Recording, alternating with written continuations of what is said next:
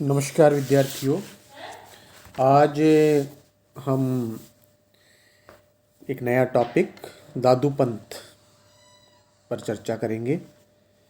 देखिए, आप जानते हैं कि राजस्थान को ओज, शौर्य एवं साहस की भूमि के रूप में संसार जानता है।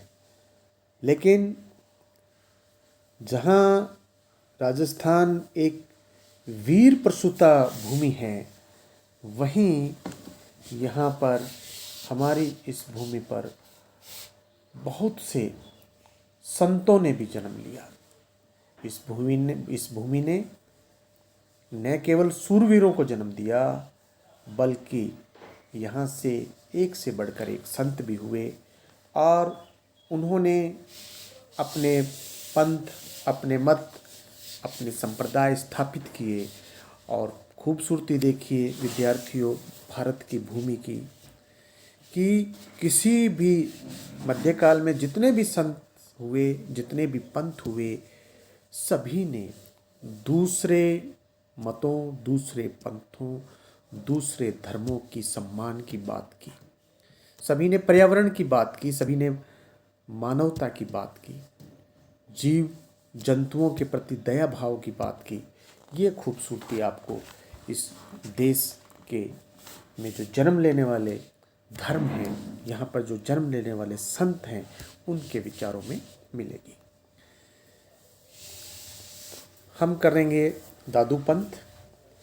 इस संप्रदाय के संस्थापक दादू दयाल थे।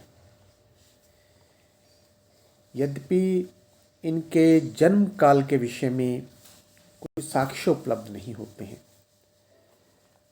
और जो भी अभी तक हमारे सामने जो जानकारी आई है, आचार्य परशुराम चतुर्वेदी जी ने जो उत्तरी भारत की संत परंपरा में इनके बारे में जो जानकारी दी है, वे लिखते हैं कि इनका जन्म फागुन सुदी दूज बृहस्पतिवार संवत 1601 में गुजरात के अहमदाबाद नगर में हुआ था। आचार्य रामचंद्र शुक्ल, जो कि एक बड़े विद्वान हैं, जिन्होंने संत परंपरा पर बहुत शोध कार्य किए हैं, वो भी मानते हैं कि लगभग आप इसी समय आपका जन्म हुआ है। आप दुनिया जाति के थे। 11 वर्ष की आयु में ही किसी अज्ञात संत बुड्ढन द्वारा दीक्षा प्राप्त कर आप सन्यासी हो गए। इनके जो गुरु हैं उनका नाम है बुड्ढन। दादू दयाल ब्रह्म संप्रदाय या परम ब्रह्म संप्रदाय के नाम से भी जाना जाता है। दादू के प्रसिद्ध शिष्य संत सुंदरदास एवं रज्जब साहब ने अपनी रचनाओं में पार ब्रह्म संप्रदाय का उल्लेख किया है। दादू के आदि गुरु स्वयं परम ब्रह्म थे। इसी कारण इसका नाम परम ब्रह्म संप्रदाय हुआ है। परशुराम चतुर्वेदी जी के मत से इस संप्रदाय की स्थापना का काल 1573 ईस्वी है। विद्यार्थियों ध्यान रहे, अब मैंने संवत नहीं कहा है, स्क्रीन पे भी सन लिखा हुआ है, ईस्वी है। जबकि दादू जन्म लीला पर्ची, जो कि इस संप्रदाय का एक साहित्य है, वहाँ से ज्ञात होता है कि दादू पंथ का जो स्थापना है वो 1583 ईस्वी के निकट हुआ था। दादू पंथ की नाग कुल परंपरा बुड्ढन से प्रारंभ होती है, और एच विल्सन लिखते हैं कि बुड्ढन संत कबीर के शिष्य थे। दादू ने प्रस्तुत पंथ की स्थापना अपने साथियों में आध्यात्मिक विषयों पर चर्चा के द्वारा की थी। पंथ की स्थापना का मुख्य उद्देश्य एवं आदर्श सांसारिक मोह बंधनों से मुक्त होकर सहज समाज सेवा करते हुए ईश्वर की आराधना करना था। दादू पंथ की विचारधारा पर यदि हम प्रभाव की बात करें तो कबीर, क्योंकि इनके गुरु के गुरु हैं, तो कबीर साहब का प्रभाव है। सूफी इस्लाम की जो एक शाखा है, सूफी का इन पर प्रभाव है। उपनिषद साहित्य का इन पर हमें प्रभाव दिखाई देता है। और ये जो भक्ति की दो परंपराएं हैं, सगुण और निर्गुण, ये निर्गुण परंपरा के लोग थे। दादू जन्मलीला पर्ची से ज्ञात होता है कि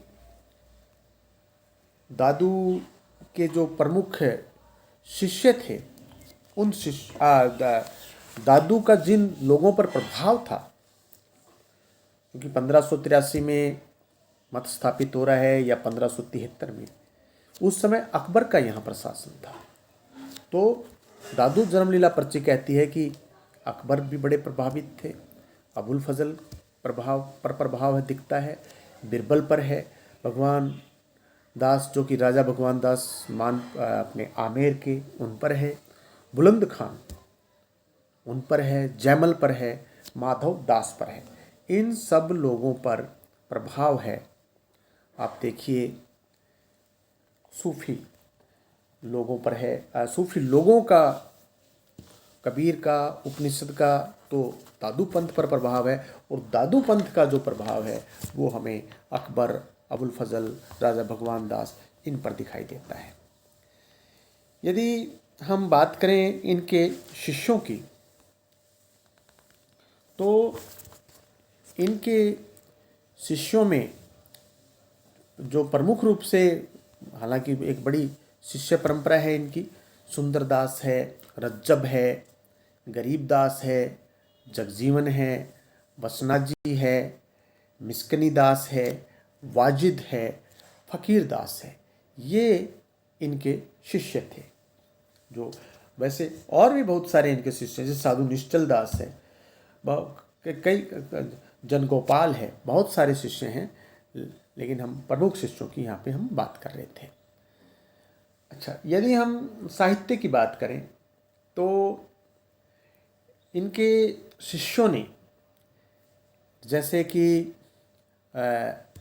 रज्जब है, उससे पहले हम यदि बात करें कि संत दास और जगन्नाथ ने, इन दोनों ने एक काव्य संग्रह लिखा जिसका नाम था हरदेव वाणी।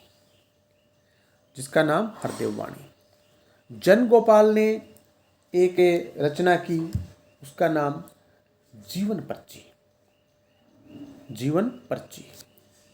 रज्जब ने 5352 छंदों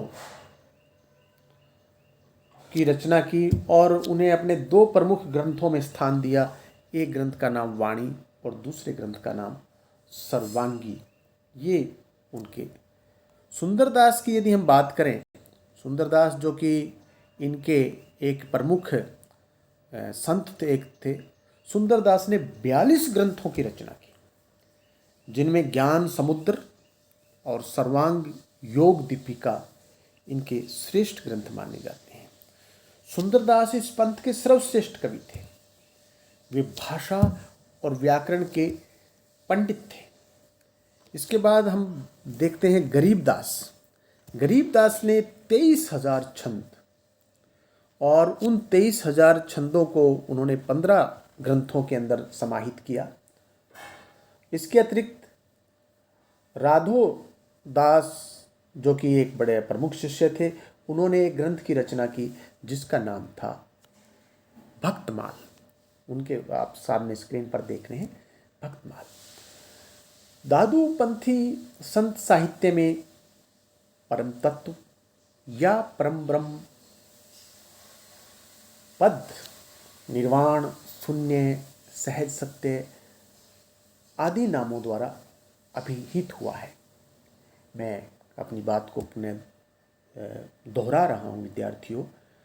दादू साहित्य में परम तत्व या परम ब्रह्म, या हम कहें कि ब्रह्म तत्व, इसको निर्वाण के नाम से, शून्य सहज के नाम से, सत्य आदि के नामों से उन्होंने इसको संबोधित किया है।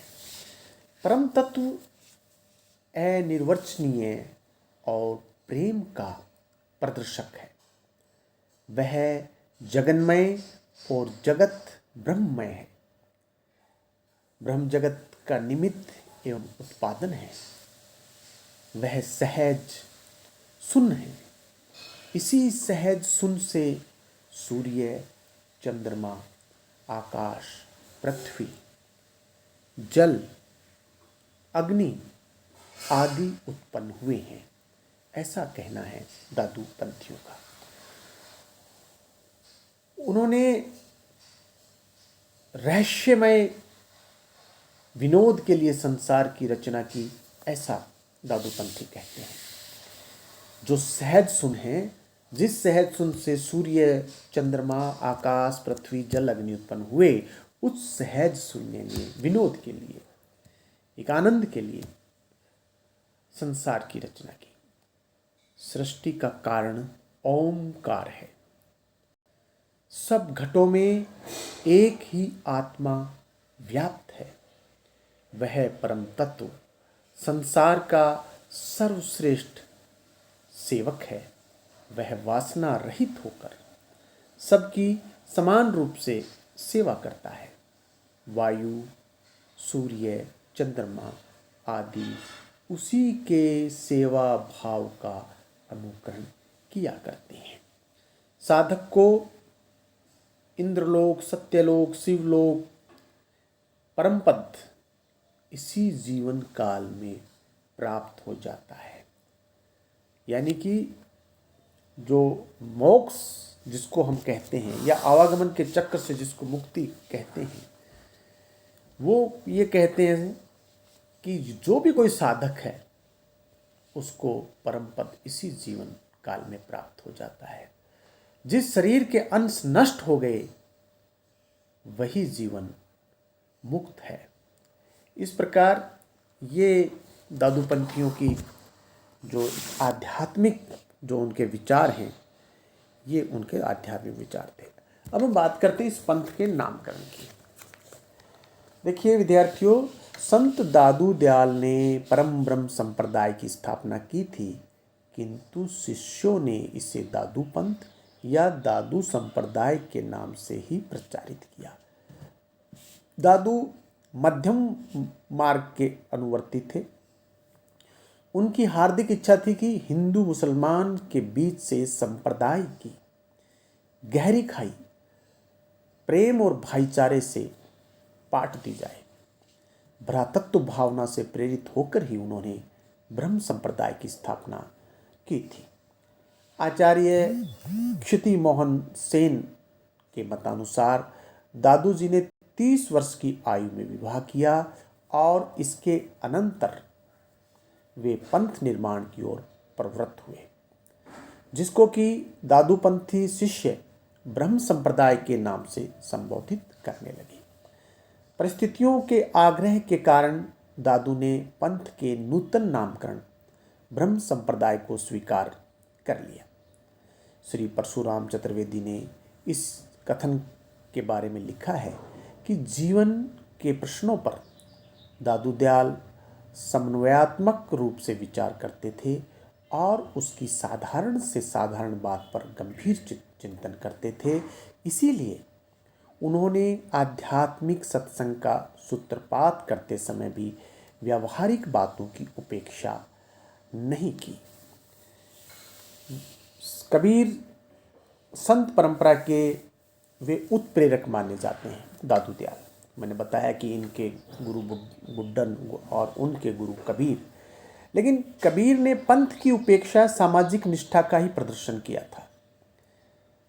उन्होंने पंथ निर्माण की ओर ध्यान नहीं दिया। वे सदैव समाज के विघटनवादी तत्वों से लड़ते रहे। उन्होंने पंथ के निर्माण और प्रचार की अपेक्षा समाज के परिष्कार को महत्व दिया। कबीर की भांति ही दादू ने भी अपने मत को कभी संप्रदाय का विशिष्ट स्वरूप नहीं दिया, परंतु उनके शिष्यों ने अपने गुरु के नाम पर ही इसका नाम दादू पंथ रख लिया। अब हम बात करते हैं दादू पंथ के प्रचार एवं प्रसार की। दादू पंथ इतने सहज, बोधगम्य, मध्यम मार्ग को लेकर चला था कि रूढ़ नाथ पंथ, रूढ़िवादी जो नाथ पंथ से प्रभावित लोकमानस स्वाभाविक रूप से इसकी ओर झुकता चला गया। दादू पंथ के प्रचार से अवशिष्ट नाथ पंथीय परंपरा समाप्त सी हो गई। दादू ने लगभग 34 वर्ष तक पंथ की विचारधारा को प्रचारित किया। तुलसी के समान साहित्यिक दिग्गज संत कवि सुंदरदास उन्हें शिष्य के रूप में मिले, जिन्होंने दादू के जीवन काल में ही दादू पंथ को राजस्थान में वट वृक्ष की विशाल शाखाओं की भांति फैला दिया। इनकी शिष्य परंपरा सुदूर प्रदेशों में पुष्पित और पल्वित होने लगी। यद्यपि दादू अपने जीवन काल में राजस्थान से बाहर नहीं गए, किंतु इनके शिष्य संत सुंदरदास यायावर होने के कारण, यानी कि घुमक्कड़ प्रवृत्ति होने के कारण, दादू पंथ की विचारधारा को राजस्थान से बाहर उत्तर प्रदेश, मध्य प्रदेश, पंजाब, हरियाणा, जो अभी हरियाणा है, वहाँ तक वो लेके गए। अब हम बात करते हैं दादू पंथ के अंदर जो 4 शाखाएं बनी, उन शाखाओं पे। पहली है खालसा। दादू की आचार्य परंपरा में गरीबदास एवं मस्किनदास आचार्य बने। गरीबदास के बाद उनके शिष्य केवलराम आचार्य परंपरा के उत्तराधिकारी बने। आचार्य पीठ पर मस्किनदास के आसीन होने पर उनकी परंपरा पृथक हो गई। वे दोनों थांबे यानी कि पीठ आचार्य गद्दी पर बैठने वालों के थे, इसलिए इन्हें खालसा कहा गया। ये अपने आप को विशुद्ध दादूपंथी समझते हैं। इनका केंद्र नरेना, जो कि अजमेर के पास में है, वहाँ माना जाता है। इनका जो भेष है, पहनावा है, कान तक टोपी पहनते हैं, चोला धारण करते हैं, और अब टोपी का स्थान जो है साफे ने ले लिया है, और अब धोती और चोले के स्थान पर कोट या कोई कंबल सा वो ये लोग धारण करने लगे हैं। अब भी इस पंथ में सैकड़ों साधु हैं जो जोधपुर, बीकानेर, जयपुर, अलवर आदि स्थानों में रहते हैं। दूसरा है विरक्त। इस उप शाखा के संत एक जगह नहीं रहते, सदैव भ्रमणशील रहते हैं। विभिन्न मठों एवं स्थानों का भ्रमण कर दादू पंथ का प्रचार करते हैं तथा दादू वाणी के माध्यम से उपदेश देते हैं। शरीर रक्षा के लिए साधारण से वस्त्र धारण करते हैं, एक जल का पात्र रखते हैं और कुछ पुस्तकें इनकी संपत्ति होती है। भिक्षा से इनका जीवन निर्वाह होता है, इसलिए ये विरक्त कहलाते हैं। तीसरा उत्तराधार। दादू पंथ की शिष्य परंपरा में राजस्थान को छोड़कर उत्तर की तरफ जो चले गए और उधर ही दादू पंथ का प्रचार प्रसार करने लगे, उनकी शिष्य परंपरा को उत्तराधि या उत्तराधा कहा जाने लगा। इस शाखा के प्रवर्तक बनारसी दास माने जाते हैं। इस पंथ के प्रवर्तक के रूप में रज्जब को भी माना जाता है। परशुराम चतुर्वेदी तो रज्जब को मानते हैं, जबकि स्वामी मंगलदास जो हैं वो बनारसी दास को मानते हैं। वस्तुतः यह थोड़ा सा भ्रामक है। इस शाखा के मुख्य पीठ हिसार जो हरियाणा में है, वहाँ पे रसिया नाम का स्थान है, वहाँ है।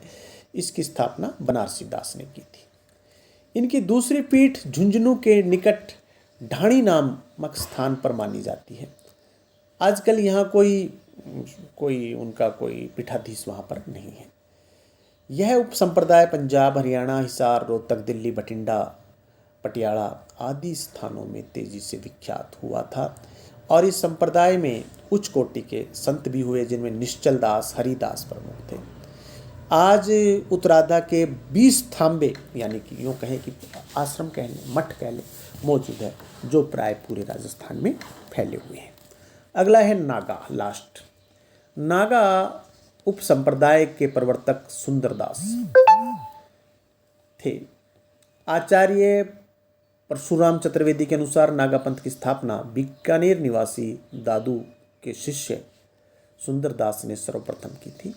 इनका संगठन आगे चलकर भीम सिंह ने किया। कुछ लोगों का मानना है कि भीम सिंह संत सुंदरदास का ही नाम था, जो पहले वो भीम सिंह कहलाते थे, बाद में सुंदरदास कहलाने लगे। नागा परंपरा एक सशस्त्र परंपरा रही है, यानी कि हथियार वाली। जयपुर व जोधपुर के सशस्त्र नागा जमात की जो अखाड़े हैं, दशनामी अखाड़ों के अंतर्गत इनकी की जाती है, लेकिन इनका कोई साक्ष्य प्राप्त नहीं है।